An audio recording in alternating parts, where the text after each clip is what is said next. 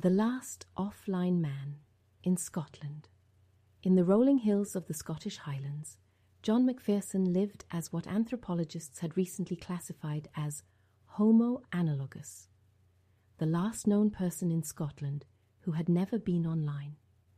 At 40 years old, he had somehow managed to avoid the digital revolution entirely, living in his grandfather's stone cottage, tending to his sheep, and reading paperback novels with actual pages. The Scottish government, in their infinite wisdom and their 2025 initiative for complete digital integration, had declared John's existence a national emergency. Social workers would appear at his door weekly, clutching the latest smartphones and tablets like religious artifacts, attempting to convert the digital heathen. "Mr. Macpherson," they'd plead, "you can't even pay your taxes without facial recognition software anymore." John would simply smile and sip his tea, responding in his thick Highland accent, "Aye, that's why I barter with the village. 3 sheep for my property taxes last year. The council didn't know what to do with them, but they're making lovely sweaters now." News of John's condition spread across social media platforms he'd never heard of.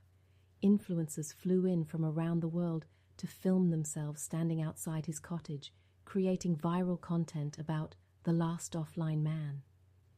They'd caption their videos with profound observations like, "OMG, he doesn't even know what a meme is. Blessed, primitive, Scottish." Tourism boomed in his small village. People would pay good money to watch John read a physical newspaper or write letters with an actual pen. Children would press their faces against his windows, amazed to see someone actually using a kettle instead of commanding their smart home to prepare tea. The final straw came when the BBC arrived to film a documentary titled "Digital Dinosaur, the Man Who Time Forgot." The producer, wearing augmented reality glasses and constantly gesturing at invisible screens, asked John why he refused to join the modern world. John leaned back in his grandfather's old armchair and replied, "Have you ever noticed how everyone's so busy documenting their lives, they've forgotten to live them? While you're all swiping right and left, I'm watching the sunrise. While you're updating your status, I'm updating my garden. While you're streaming reality, I'm living it." The producer stared blankly, then turned to her crew. "Did anyone get that? We'll need to add some digital effects and background music to make it more engaging for our viewers."